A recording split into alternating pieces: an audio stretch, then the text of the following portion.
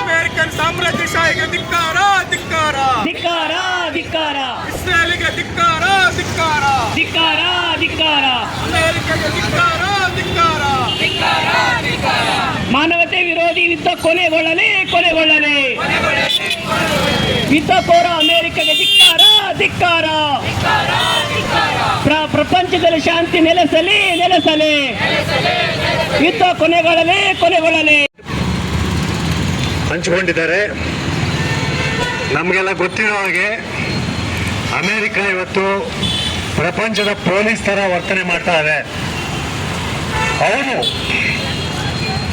ಇತ್ತೀಚಿನ ವರ್ಷಗಳಲ್ಲಿ ಈಗಾಗಲೇ ಹೇಳಿದಂತೆ ಲಿಬಿಯಾ, ಇರಾಕ್ ಮತ್ತೆ ಇತ್ತೀಚೆಗೆ ಅದು ವೆನೆಜುಲಾ ಅಧ್ಯಕ್ಷರ ಮತ್ತೆ ಅಧ್ಯಕ್ಷರ ಅವ್ರ ವೈಫ್ನ ಇಬ್ಬರನ್ನು ಕೂಡ ಇದ್ದಕ್ಕಿದ್ದಂತೆ ಎತ್ಕೊಂಡ್ಬಂದ್ರು ಅಮೆರಿಕಕ್ಕೆ ಅವರು.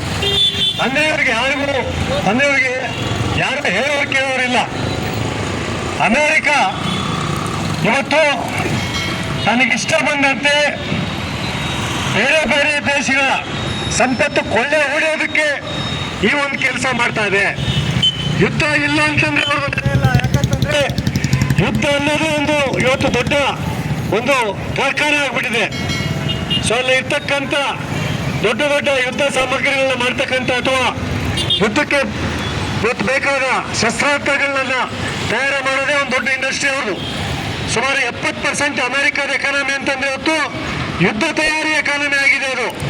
ಆದ್ರಿಂದ ಅವ್ರಿಗೆ ಪ್ರಪಂಚದಲ್ಲಿ ಎಲ್ಲೇನೋ ಒಂದು ಮೂಲೆಯಲ್ಲಿ ಯುದ್ಧ ನಡೀತಾನೆ ಇರಬೇಕು.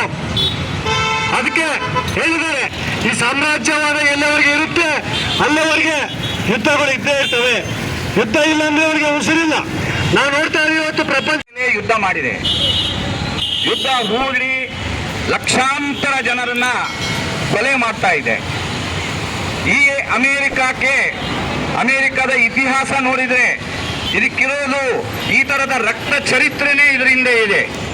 ಬರೀ ಇರಾನ್ ಅಷ್ಟೇ ಅಲ್ಲ, ಈ ಹಿಂದೆ ಪ್ಯಾಲೆಸ್ಟೈನ್ ವಿರುದ್ಧ ಮಾಡತಕ್ಕಂಥ ಯುದ್ಧ, ಗಾಜಾ ಪಟ್ಟಿಯಲ್ಲಿ ಮಾಡಿರ್ತಕ್ಕಂತಹ ನರಮೇಧ, ಇವೆಲ್ಲವನ್ನ ನೋಡಿದ್ರೆ ಅದಕ್ಕಿಂತ ಹಿಂದೆ ಇರಾಕ್ ಇರ್ಬೋದು, ಇನ್ನು ಹಲವಾರು ದೇಶಗಳನ್ನ ಇದು ಒಂದಲ್ಲ ಒಂದು ನೆಪ ಒಡ್ಡಿ ಅಲ್ಲಿ ಗಲಾಟೆಯನ್ನು ಸೃಷ್ಟಿ ಮಾಡಿ ಯುದ್ಧನ ಸೃಷ್ಟಿ ಮಾಡಿ ಒಂದು ಕುಂಟು ನೆಪ ಹೇಳೋದನ್ನ ನಾವು ಕಂಡಿದ್ದೀವಿ. ಅಮೆರಿಕಕ್ಕೆ ಈ ತರದ ಒಂದು ಭಯೋತ್ಪಾದನೆಯ ಒಂದು ಹುಟ್ಟು ಹಾಕುವಂತ ಚರಿತ್ರೆ ಇದೆ. ಹೆಸರಿಗಷ್ಟೇ ಅದು ಪ್ರಜಾಪ್ರಭುತ್ವ ದೇಶ ಅಂತ ಅಂದ್ಕೊಂಡಿದೆ, ಆದರೆ ಅದು ನಿಜವಾಗಿಯೂ ಒಂದು ಸಾಮ್ರಾಜ್ಯಶಾಹಿ ದೇಶ.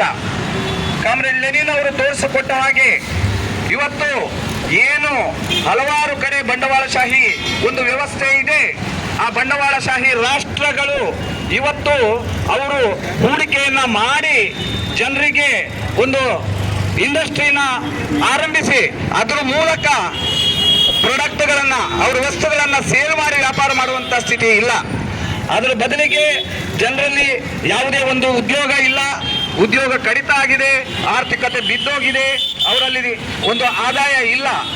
ಬಳ್ಳಾರಿಯ ಸಮಗ್ರ ಸುದ್ದಿಗಾಗಿ ಬಳ್ಳಾರಿ ವಾರ್ತೆ ಚಾನೆಲ್ಗೆ ಹಿಂದೆ ಸಬ್ಸ್ಕ್ರೈಬ್ ಮಾಡಿ.